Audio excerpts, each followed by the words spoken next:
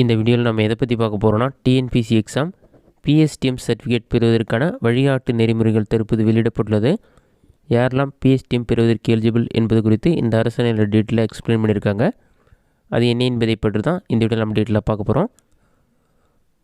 இதுதான் தற்போது வெளியான அரசாணை. இது பார்த்திங்கன்னா 2/1/2024 தான் விலகி உள்ளது. இதில் என்ன சொல்லியிருக்காங்கன்னா, பொதுப்பணிகள் 2010ஆம் ஆண்டு தமிழ்நாடு தமிழ் வழியில் கல்வி பயின்றவர்களை அரசின் கீழ் வரும் பணிகளில் முன்னுரிமையின் அடிப்படையில் பணி நியமனம் செய்தல் சட்டம், வழிகாட்டு நெறிமுறைகள், மூடப்பட்ட கல்லூரிகள் தமிழ் வழியில் பயின்றதற்கான சான்றிதழ் பெறுதல் நெறிமுறைகள் வெளியிடப்படுகின்றன சொல்லி மென்ஷன் பண்ணிவிட்டு மனிதவள மேலாண்மை துறைன்னு சொல்லி மென்ஷன் பண்ணியிருக்காங்க. அது கீழே பார்த்தீங்கன்னா 2010ஆம் ஆண்டு தமிழ்நாடு தமிழ் வழியில் கல்வி பயின்றவர்களை அரசின் கீழ் வரும் பணிகளில் முன்னுரிமையின் அடிப்படையில் பணி நியமனம் செய்தல் சட்டம், 2020ஆம் ஆண்டு தமிழ்நாடு தமிழ் வழியில் கல்வி பயின்றவர்களை அரசின் கீழ் வரும் பணிகளில் முன்னுரிமை அடிப்படையில் பணி நியமனம் செய்தல் திருத்த சட்டம்.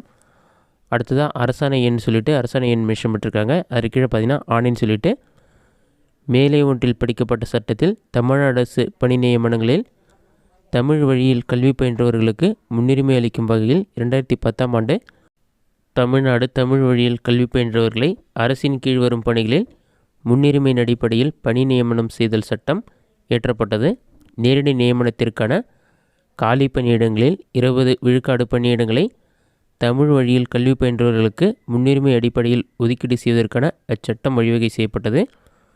மேலே இரண்டாவதாக படிக்கப்பட்ட 2020ஆம் ஆண்டு தமிழ்நாடு தமிழ் வழியில் கல்வி பயின்றவர்களை அரசின் கீழ் வரும் பணிகளில் முன்னுரிமையின் அடிப்படையில் பணி நியமனம் செய்தல் திருத்த சட்டத்தின்படி குறிப்பிட்ட பதவிக்கென ஏற்படுத்தப்பட்டுள்ள பணி விதிகளில் நேரடி நியமன முறைக்காக வரையறுக்கப்பட்ட கல்வி தகுதி தமிழ் வழியில் பயின்றவர்கள் மட்டுமே மேற்குறிப்பிட்ட 20 விழுக்காடு முன்னுரிமை ஒதுக்கீட்டிற்கு தகுதியுடையவர்கள் என்ற வகையில் உரிய திருத்தங்களை மேற்கொள்ளப்பட்டன. அச்சட்ட திருத்தத்தில் பின்வருமாறு வரையறுக்கப்பட்டுள்ளது.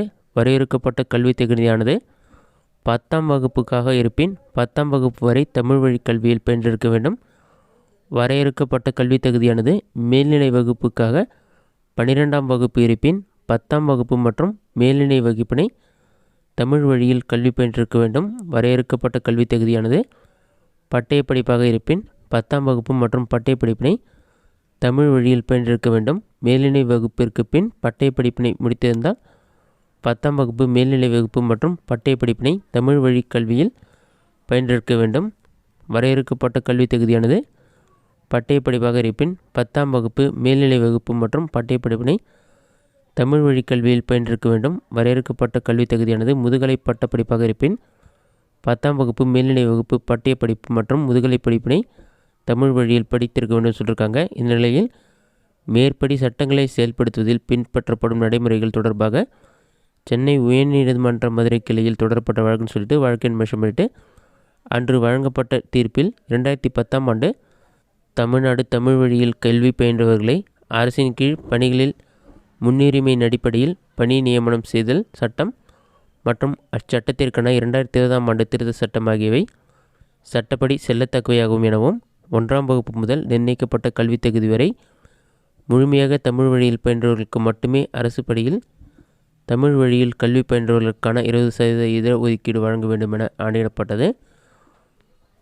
சென்னை உயர்நீதிமன்ற மதுரை கிளை வழங்கிய மேற்படி தீர்ப்பினை செயல்படுத்துவது குறித்து தமிழ்நாடு அரசு பணியாளர் தேர்வாணையத்தின் கருத்தை பெற்று அரசு விரிவாக ஆய்வு செய்தது. அதன்படி 2010ஆம் ஆண்டு தமிழ்நாடு தமிழ் வழியில் கல்வி பயின்றவர்களை அரசின் கீழ் வரும் பணிகளில் முன்னுரிமையின் அடிப்படையில் பணி நியமனம் செய்தல் சட்டம் மற்றும் அச்சட்டத்திற்கான 2020ஆம் ஆண்டு திருத்த சட்டம் ஆகியவற்றை நடைமுறைப்படுத்துவது தொடர்பாக அரசாணை எண் 82 மனிதவள மேலாண்மை துறையினால் 16/8/2021 பல்வேறு வழிகாட்டு நெறிமுறைகள் வெளியிடப்பட்டன. அதில் மற்றவற்றிடையே பகுதி 4 பின்வரும் வழிகாட்டு நெறிமுறைகள் வெளியிடப்பட்டதுன்னு சொல்லிட்டு பள்ளி மூடப்பட்ட நிகழ்வுகளில் சம்பந்தப்பட்ட மாவட்ட கல்வி அலுவலர் அல்லது முதன்மை கல்வி அலுவலர் அல்லது உரிய அலுவலரிடமிருந்து தமிழ் வழியில் கல்வி பயின்றதற்கான கல்வி சான்றை தேர்வர்கள் பெற்று சமர்ப்பிக்க வேண்டும்.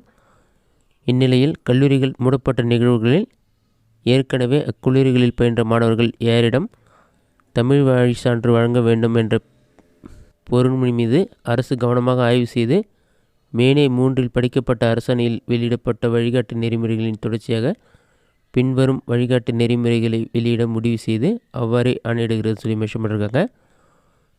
அதற்கு கீழே பார்த்தீங்கன்னா உயர்கல்வித்துறை, வேளாண் துறை, உழவர் நலத்துறை, மருத்துவம், மக்கள் நல்வாழ்வுத்துறை இந்த மாதிரி சில டீட்டெயில்ஸ்லாம் கொடுத்துட்டு தமிழ் வழியில் கல்வி பயின்றதற்கான சான்றிதழ்களை இவ்வாணையுடன் இணைக்கப்பட்டுள்ள படிவத்தில் பெற்று தேர்வர்கள் உரிய ஒரிடம் சமர்ப்பிக்க வேண்டும் சொல்லி மென்ஷன் பண்ணியிருக்காங்க.